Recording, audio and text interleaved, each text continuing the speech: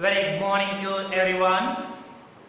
Today in this class we are starting a new concept of second chapter, that is the incidence of tax, and the incidence of tax is also called as a tax liability.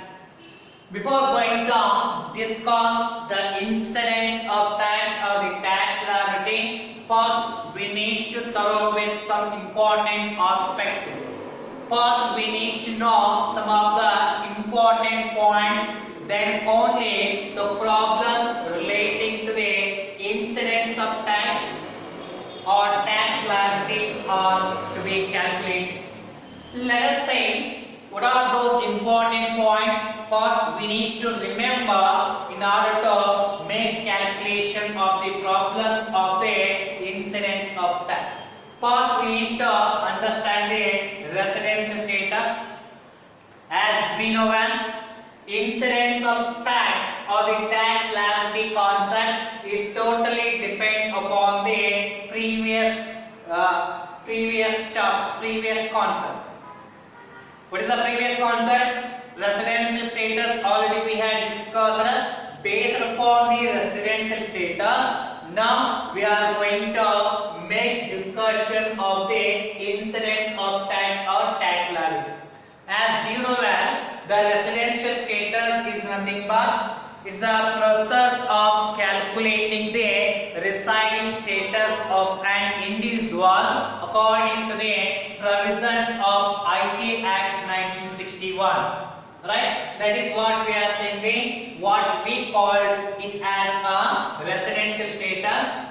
And types of residential status, already we know there are three types of a residential status are there. One is a resident and ordinary resident. Second one is the non-ordinary resident, and a third one is the non-resident. ಯಾರಿಗೆ ordinary and ordinary resident ಅಂತ ಕರೀತಾರೆ, ಯಾರಿಗೆ ನಾನ್ ordinary resident ಅಂತ ಕರೀತಾರೆ, ಮತ್ತೆ ಯಾರಿಗೆ ನಾನ್ resident ಅಂತ ಕರೀತಾರೆ ಅಂತ ಹೇಳಿ ನಿಮಗೆ ಮೊದಲೇ ಗೊತ್ತಿದೆ. ಹಿಂದಿನ ಕ್ಲಾಸಸ್ ಅಲ್ಲಿ ನಾವು ಪ್ರಾಬ್ಲಮ್ ನ ಡಿಸ್ಕಷನ್ ಮಾಡಿದ್ವಿ, ಥಿಯರಾಟಿಕಲ್ ಆಸ್ಪೆಕ್ಟ್ ನ ಡಿಸ್ಕಷನ್ ಮಾಡಿದ್ವಿ. So the types of residential status first ಇವೆರಡು ಗೊತ್ತಿರಬೇಕು ನಮಗೆ. Now come to the main aspect of today's concept, that is incidence of tax. What is this incidence of tax? Incidence of tax in the sense it is a process of determining the total income of an various individuals. ಅಂದ್ರೆ ನಾವು different individual ಅನ್ನು ನೋಡಿದ್ವಿ, individual status ಅನ್ನು ನೋಡ್ತಾ ಬಂದಿವಿ. ಕರೆಕ್ಟಾ? Resident and ordinary resident ಅಂತ ಇದೆ, ನಾನ್ ಆರ್ಡಿನರಿ ರೆಸಿಡೆಂಟ್ ಅಂತ ಇದೆ, ನಾನ್ ರೆಸಿಡೆಂಟ್ ಅಂತ ಇದೆ. ಹಾಗಾದ್ರೆ ಈ ಮೂರು ಇಂಡಿವಿಜುವಲ್ ಗಳ ಒಂದು ವರ್ಷದ ಅಂತ್ಯಕ್ಕೆ ಟೋಟಲ್ ಇನ್ಕಮ್ ಎಷ್ಟು ಆಗುತ್ತೆ ಎಂಬುದನ್ನ ಕ್ಯಾಲ್ಕುಲೇಷನ್ ಮಾಡುವಂತ ಕಾನ್ಸೆಪ್ಟ್, ಅದಕ್ಕೆ ನಾವು ಕರೀತಾ ಇನ್ಸಿಡೆನ್ಸ್ ಆಫ್ ಟ್ಯಾಕ್ಸ್ ಅಂತ ಇದೆ. Or you can say the different types of residential status are there, and we are calculating what is the tax liability of the different kinds of residential status persons at the end of the year. ಅಂದ್ರೆ ಈ ಮೂರು ಕ್ಯಾಟಗರಿಯಲ್ಲಿ ಇರ್ತಾ ಇರುವಂತಹ ರೆಸಿಡೆಂಟ್ಗಳು, residential status ಅಲ್ಲಿ ಇರ್ತಂತ ಮೂರು individual ವರ್ಷದ ಅಂತ್ಯಕ್ಕೆ ಅವರ ಟೋಟಲ್ ಟ್ಯಾಕ್ಸ್ ಲಯಬಿಲಿಟಿ ಎಷ್ಟಾಗುತ್ತೆ, ಟೋಟಲ್ ಇನ್ಕಮ್ ಎಷ್ಟಾಗುತ್ತೆ ಎಂಬುದನ್ನ ಕ್ಯಾಲ್ಕುಲೇಷನ್ ಮಾಡುವಂತಹ ಕಾನ್ಸೆಪ್ಟ್, ಆ ಕಾನ್ಸೆಪ್ಟ್ ಗೆ ಇನ್ಸಿಡೆನ್ಸ್ ಆಫ್ ಟ್ಯಾಕ್ಸ್ ಅಥವಾ ಟ್ಯಾಕ್ಸ್ ಲಯಬಿಲಿಟಿ ಅಂತ ಹೇಳಿ ಕರೆಯಲಾಗುತ್ತೆ. So we can call this one, it's a process of calculating or determining the total tax liability or total income of an individual. The different types of a residential status individuals at the end of the year. Different types of residential status ಅಲ್ಲಿ ಇರ್ತಾರಂತ individual ವರ್ಷದ ಅಂತ್ಯಕ್ಕೆ ಅವರ total income ಎಷ್ಟಾಗುತ್ತೆ ಎಂಬುದನ್ನ calculation ಮಾಡುವಂತಹ concept, ಅದಕ್ಕೆ incidence of tax ಅಂತ ಕರೀತಾರೆ. ಒಂದು ವೇಳೆ ಒಬ್ಬ ವ್ಯಕ್ತಿಯ status resident and ordinary resident ಇದ್ರೆ ಆತ ವರ್ಷದ ಅಂತ್ಯಕ್ಕೆ ಅವನ ಟೋಟಲ್ ಇನ್ಕಮ್ ಎಷ್ಟಾಗುತ್ತೆ ಸರ್ಟನ್ ಇನ್ಸಿಡೆಂಟ್ಸ್ ಕೊಟ್ಟಿರ್ತಾರೆ. Incidents means what? Certain activities ಅನ್ನು ಕೊಟ್ಟಿರ್ತಾರೆ. Certain circumstances were given. Based upon those circumstances, we are going to calculate what is the total tax liability of an different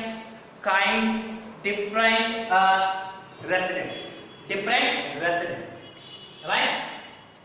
So scope of total income for various residential status individuals. ಇಲ್ಲಿ scope of total income ನಾವು ಪ್ರತಿಯೊಬ್ಬ ವ್ಯಕ್ತಿ ಅಂದ್ರೆ ordinary resident, ನಾನ್ ordinary resident, ನಾನ್ resident ನ calculation ಮಾಡುವಾಗ ಅವರ ಒಂದು status ಗೆ ಅನುಗುಣವಾಗಿ ಟೋಟಲ್ ಇನ್ಕಮ್ ಗಳನ್ನ ಐಡೆಂಟಿಫೈ ಮಾಡ್ತಾ ಹೋಗ್ತೀವಿ.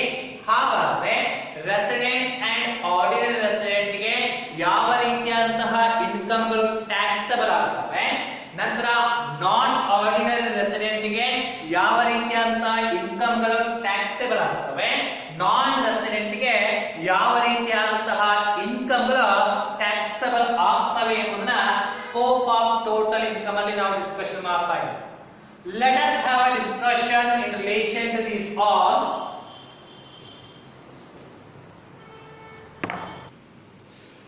This is what the scope of total income or incidence of tax or tax liability. That means here for a different status individuals, what will be the total income at the end of the year? ಹೌದಾ? Different ಕ್ಯಾಟಗರಿಲಿ ಇರ್ತಾ ಇರುವಂತಹ ಇಂಡಿವಿಜುವಲ್ಗಳ status ಏನಾದರೂ different ಆಗಿದ್ದರೆ ಅವರ ಒಂದು ವರ್ಷದ ಅಂತ್ಯಕ್ಕೆ total income ಎಷ್ಟಾಗುತ್ತೆ ಎಂಬುದನ್ನು ಕ್ಯಾಲ್ಕುಲೇಷನ್ ಮಾಡುವಂತಹ ಆಸ್ಪೆಕ್ಟ್ ಇದಾಗಿದೆ.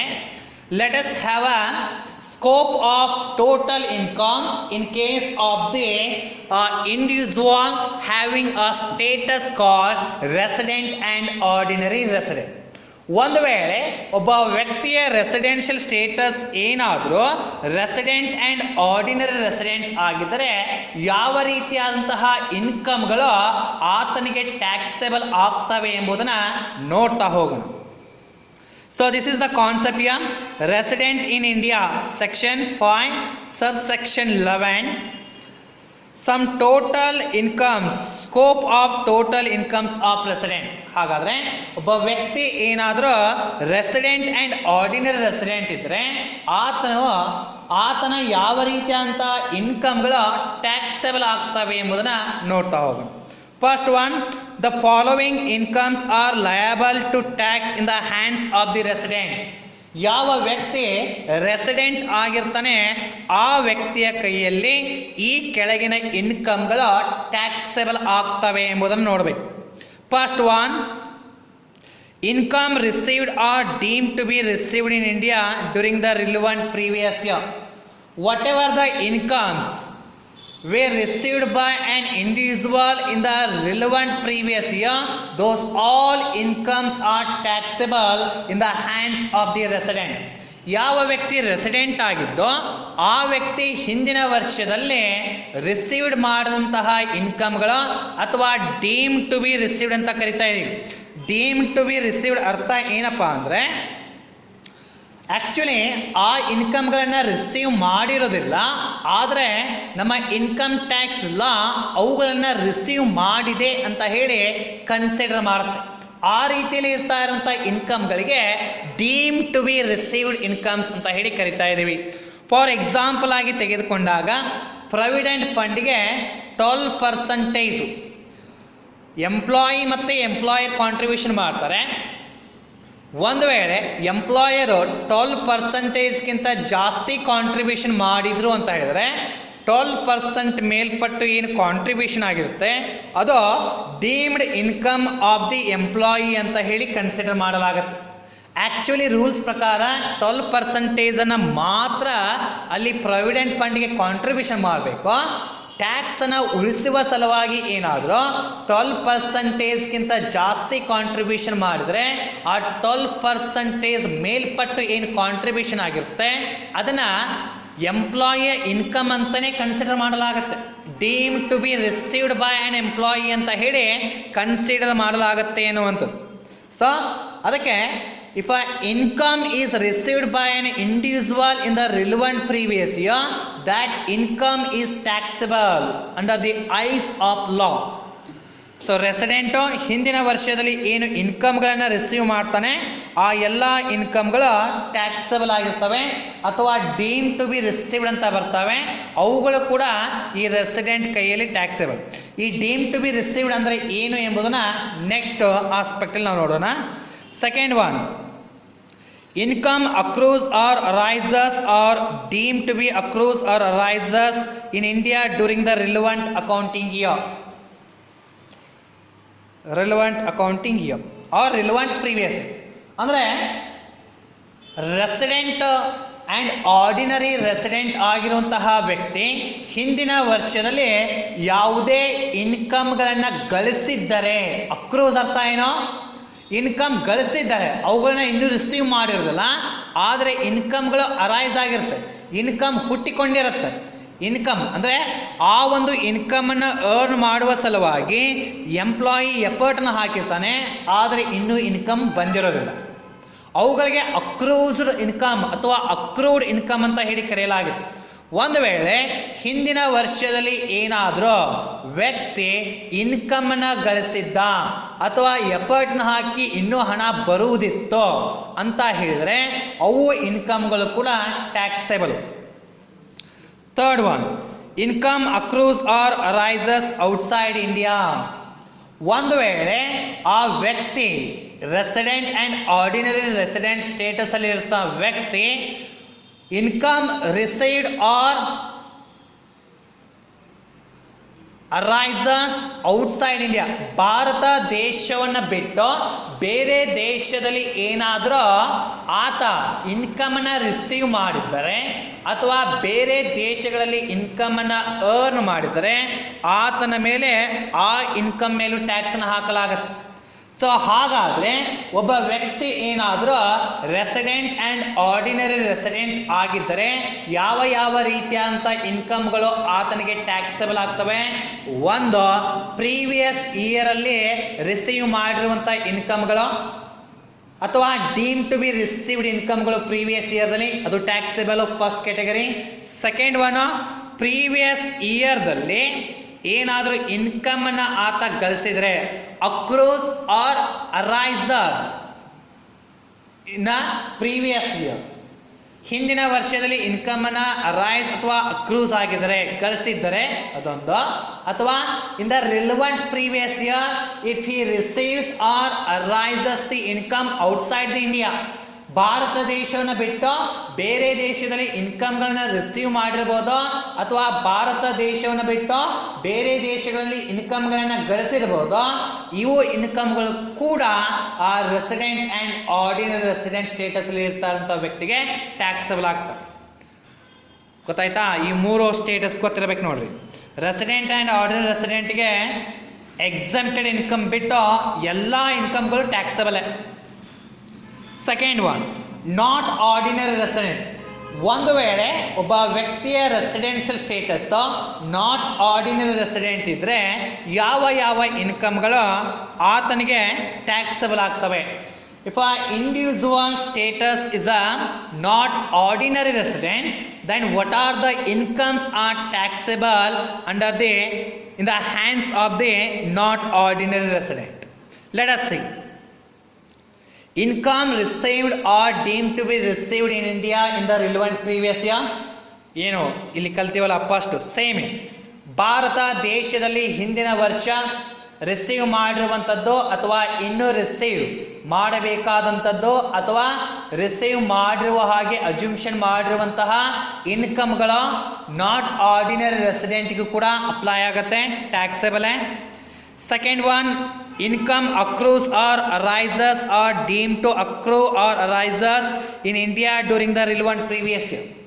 ಹಿಂದಿನ ವರ್ಷದಲ್ಲಿ ಏನಾದರೂ ನಾಟ್ ಆರ್ಡಿನರಿ ರೆಸಿಡೆಂಟ್ ಭಾರತ ದೇಶದಲ್ಲಿ ಇನ್ಕಮನ್ನು ಆತ ಅರ್ನ್ ಮಾಡಿದ್ದಾರೆ ಅಥವಾ ಅಕ್ರೂಸ್ ಮಾಡಿದ್ದಾರೆ, ಆ ಇನ್ಕಮ್ಗಳು ಕೂಡ ಆತನಿಗೆ ಟ್ಯಾಕ್ಸಬಲೇ.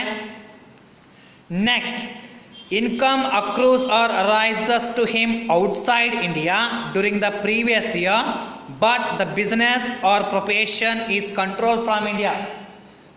ಸೊ ಇಲ್ಲಿ ನಾಟ್ ಆರ್ಡಿನರಿ ಸ್ಟೇಟಸ್ ಅಲ್ಲಿ ಇರ್ತಾ ಇರುವಂತಹ ವ್ಯಕ್ತಿ ಹಿಂದಿನ ವರ್ಷದಲ್ಲಿ ಬೇರೆ ದೇಶದಲ್ಲಿ ಇನ್ಕಮ್ ಅನ್ನ ಅರ್ನ್ ಮಾಡ್ತಾನೆ ಅಥವಾ ಬೇರೆ ದೇಶದಲ್ಲಿ ಇನ್ಕಮ್ ಅನ್ನ ರೈಸ್ ಮಾಡ್ತಾನೆ, ಗಳಿಸ್ತಾನೆ. ಆದರೆ ಆ ಇನ್ಕಮ್ ಏನು ಗಳಿಸ್ತಾನಲ್ಲ ಆ ಬಿಸ್ನೆಸ್ ಭಾರತ ದೇಶದಿಂದ ಕಂಟ್ರೋಲ್ ಆಗಿರಬೇಕು. ಅಂದರೆ ಮಾತ್ರ ಇದು ನಾಟ್ ಆರ್ಡಿನರಿ ರೆಸಿಡೆಂಟ್ಗೆ ಟ್ಯಾಕ್ಸೇಬಲ್ ಆಗುತ್ತೆ. Okay. Third one, in case the individual status is a non-resident, then what are the incomes are taxable? First one is similar. Income received or deemed to be received in India in the relevant previous year is taxable in the hands of the non-resident also. ಒಂದು ವೇಳೆ ಆ ವ್ಯಕ್ತಿ ಹಿಂದಿನ ವರ್ಷದಲ್ಲಿ income ಅನ್ನ receive ಮಾಡಿದರೆ ಅಥವಾ deem to be received ಇದ್ರೆ ಅದು ಹಿಂದಿನ ವರ್ಷದಲ್ಲಿ ನಾನ್ ರೆಸಿಡೆಂಟ್ಗೆ ಟ್ಯಾಕ್ಸೇಬಲ್ ಆಗುತ್ತೆ. ಅಂದರೆ ಇಲ್ಲಿ ನೋಡ್ರಿ, ಈ ಒಂದು ಪಾಯಿಂಟ್ ಮೇಲೆ ನಾವು ಅರ್ಥ ಮಾಡ್ಕೋಬೇಕು. If a income received in India or deem to be received in India in the relevant previous year, it is taxable in the hands of all the assessee. ಅದು ರೆಸಿಡೆಂಟ್ ಆ್ಯಂಡ್ ಆರ್ಡಿನರಿ ರೆಸಿಡೆಂಟ್ ಇರ್ಬೋದು, not ordinary resident ಇರ್ಬೋದು ಅಥವಾ non resident ಇರ್ಬೋದು. ಒಂದು ವೇಳೆ income ಏನಾದರೂ previous ಇಯರ್ದಲ್ಲಿ receive ಆಗಿದ್ರೆ, ಡೀಮ್ ಟು ಬಿ ರಿಸೀವ್ ಆಗಿದ್ರೆ, ಆ ಒಂದು ಇನ್ಕಮ್ ಮೂರು ಸ್ಟೇಟಸಲ್ಲಿ ಟ್ಯಾಕ್ಸೇಬಲ್ ಆಗುತ್ತೆ. Second one, income accrues or arises or deemed to accrue or arises in India during the relevant accounting year or previous year. ಒಂದು ವೇಳೆ ಇನ್ಕಮ್ ಏನಾದರೂ ಹಿಂದಿನ ವರ್ಷದಲ್ಲಿ ಅರೈಸ್ ಆಗಿದ್ದರೆ ಅಥವಾ ಅಕ್ರೂಸ್ ಆಗಿದ್ದರೆ ಆ ಇನ್ಕಮ್ ಕೂಡ ನಾನ್ ರೆಸಿಡೆಂಟ್ಗೆ ಟ್ಯಾಕ್ಸೇಬಲ್ ಆಗುತ್ತೆ. ಅಂದರೆ ಫಸ್ಟ್ ಟು ಪಾಯಿಂಟ್ ಏನಿವೆ ಅವು ಮೂರು ವ್ಯಕ್ತಿಗೂ ಸಂಬಂಧಪಡ್ತವೆ. ಹಿಂದಿನ ವರ್ಷದಲ್ಲಿ ರಿಸೀವ್ ಮಾಡಿರ್ಬೋದು ಅಥವಾ ಡೀಮ್ ಟು ಬಿ ರಿಸೀವ್ ಇರ್ಬೋದು, ಅಥವಾ ಹಿಂದಿನ ವರ್ಷದಲ್ಲಿ ಅರ್ನ್ ಮಾಡಿರ್ಬೋದು ಅಥವಾ ಅಕ್ರೂಸ್ ಆಗಿರ್ಬೋದು. ಈ ರೀತಿಯಾಗಿ ಏನಾದರೂ ಟ್ರಾನ್ಸಾಕ್ಷನ್ ಇದ್ದರೆ, ಇನ್ಕಮ್ಗಳಿದ್ದರೆ, ಆ ಇನ್ಕಮ್ಗಳು ಮೂರು ರೆಸಿಡೆಂಟ್ಗೆ ಟ್ಯಾಕ್ಸಬಲ್ ಆಗ್ತವೆ. Okay, these two points. Okay, so this is what the residential status and incidence of tax. So this is what the format they had given. Kinds of income, ಇಲ್ಲಿ ಟೈಪ್ಸ್ ಆಫ್ ಇನ್ಕಮ್ಗಳನ್ನು ಕೊಡಲಾಗುತ್ತೆ. ಅದು ರೆಸಿಡೆಂಟ್ಗೆ taxable ಆಗುತ್ತಾ ಇಲ್ವಾ ಅಂತ decide ಮಾಡಬೇಕು. Not ordinary ರೆಸಿಡೆಂಟ್ಗೆ taxable ಆಗುತ್ತಾ ಇಲ್ವಾ decide, ನಾನ್ ರೆಸಿಡೆಂಟ್ಗೆ taxable ಆಗುತ್ತಾ ಇಲ್ವಾ ಅಂತ ಹೇಳಿ ಡಿಸೈಡ್ ಮಾಡಬೇಕು. Let us see here. ಒಂದೊಂದಾಗಿ ಹಾಗೆ ಇಲ್ಲಿ ಫಾರ್ಮೆಟನ್ನು ಕೊಟ್ಟಿದ್ದಾರೆ. Income earn and received in India, ಮೂರು ಮಂದಿಗೆ ಟ್ಯಾಕ್ಸೇಬಲಾ? ಯಾಕಂದರೆ ಮೂರು ರೆಸಿಡೆನ್ಷಿಯಲ್ ಸ್ಟೇಟಸಲ್ಲೂ ಈ ಪಾಯಿಂಟ್ ಇತ್ತು. ಒಂದು ವೇಳೆ ಇನ್ಕಮ್ ಏನಾದರೂ ಹಿಂದಿನ ವರ್ಷದಲ್ಲಿ ಅರ್ನ್ ಆಗಿದ್ದರೆ, ರಿಸೀವ್ ಆಗಿದ್ರೆ, ಅದು ಮೂರು ಜನಕ್ಕೆ ಟ್ಯಾಕ್ಸೇಬಲ್. ನೋಡ್ರಿ, ಇಲ್ಲಿ ಟ್ಯಾಕ್ಸೇಬಲ್ ಆಗುತ್ತೆ, ಸೆಕೆಂಡ್ ಕೇಸಲ್ಲಿ ಟ್ಯಾಕ್ಸೇಬಲು, ಥರ್ಡ್ ಕೇಸಲ್ಲೂ ಟ್ಯಾಕ್ಸೇಬಲು.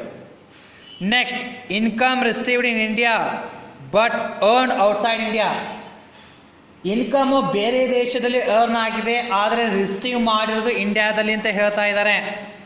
ಒಟ್ಟು ಇಂಡಿಯಾದಲ್ಲಿ ಏನಾದರೂ ರಿಸೀವ್ ಆದರೆ ಅದು ಮೂರು ಜನಕ್ಕೆ ಟ್ಯಾಕ್ಸೇಬಲು. ನೋಡಿ, taxable, taxable, taxable. Okay. Next, income earn in India but received outside India. Income ಇಂಡಿಯಾದಲ್ಲಿ ಅರ್ನ್ ಆಗಿದೆ, ಆದರೆ ಅದನ್ನು ರಿಸೀವ್ ಮಾಡೋದು ಔಟ್ಸೈಡ್ ಇಂಡಿಯಾ ರಿಸೀವ್ ಮಾಡಿದ್ದಾರೆ. ಇನ್ಕಮ್ ಇಂಡಿಯಾದಲ್ಲಿ ಅರ್ನ್ ಆದರೆ, ರಿಸೀವ್ ಆದರೆ ಮುಗಿತೋ, ಅದು ಮೂರು ಜನರ ಕೈಯಲ್ಲಿ ಟ್ಯಾಕ್ಸೇಬಲ್ಲೇ. ನೋಡಿರಿ, taxable, taxable, taxable. Okay. Next,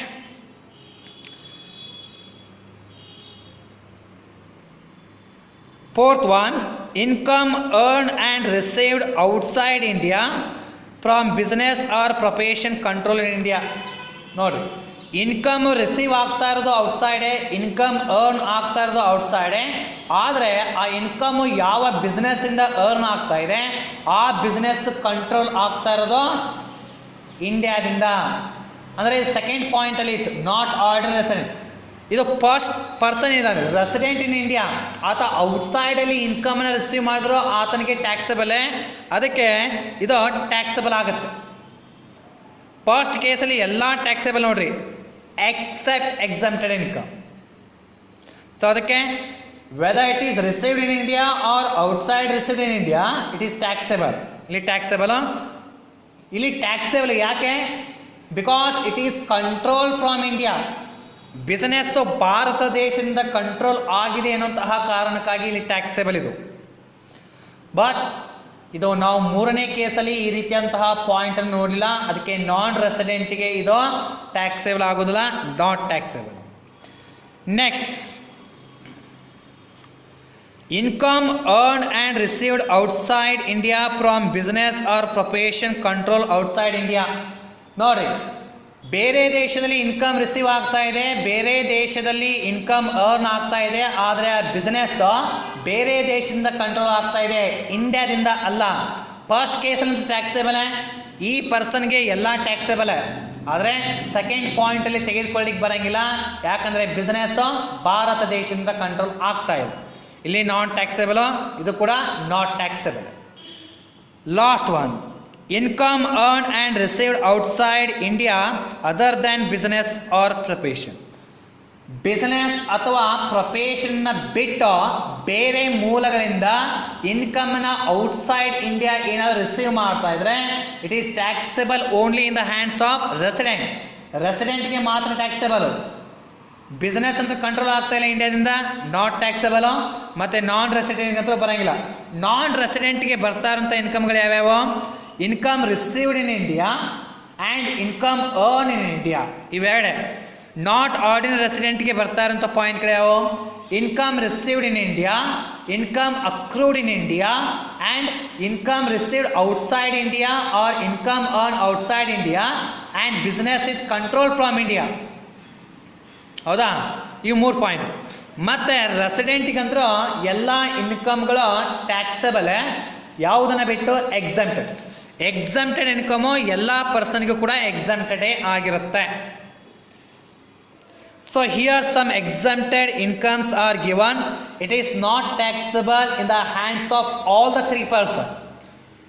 first one, remittance and brought in to India shall not be taxable in India.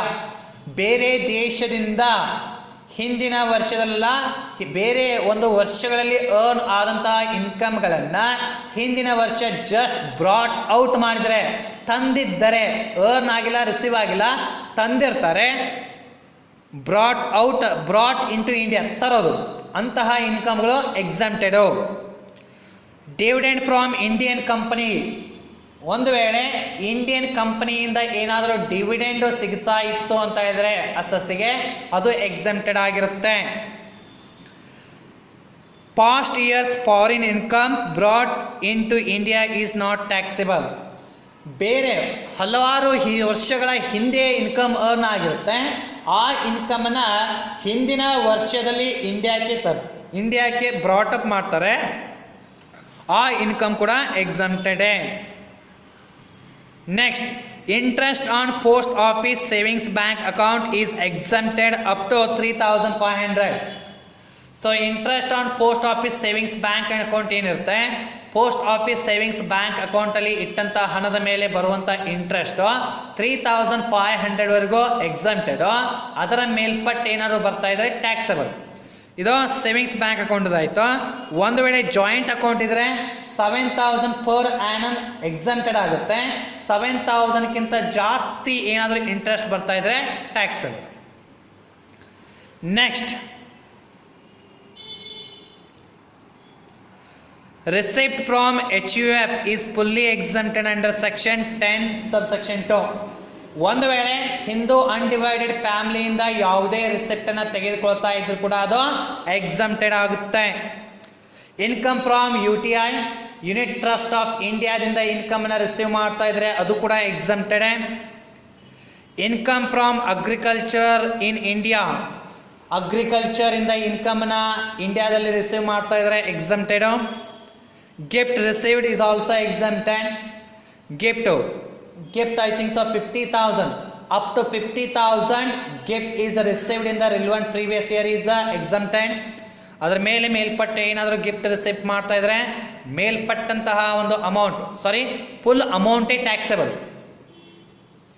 Salary received from UNO, united nations of organisation ಇಂದ ಏನಾದರೂ ನಾವು ಸ್ಯಾಲ್ರಿ ರಿಸೀವ್ ಮಾಡ್ತಾ ಇದ್ರೆ ಅದು ಕೂಡ ಎಕ್ಸಮ್ಟೆಡ್ ಆಗತ್ತೆ. ಇವೆಲ್ಲ ಎಕ್ಸಮ್ಟೆಡ್ ಇನ್ಕಮ್ಗಳು ನೋಡ್ರಿ, ಇವೆಲ್ಲ ಎಕ್ಸಮ್ಟೆಡ್ ಇನ್ಕಮ್ಗಳು ಟ್ರಾನ್ಸಾಕ್ಷನ್ ಅಲ್ಲಿ ಬಂದಾಗ ಇಲ್ಲೆಲ್ಲ ಎಕ್ಸಮ್ಟೆಡ್ ಅಂತ ಹೇಳಿ ಬರೀಬೇಕಾಗುತ್ತೆ. So this is in relation to the incidence of tax. Okay, next in the next class we'll have a discussion with the types of incomes and exempted incomes with the problems. Okay, thank you students.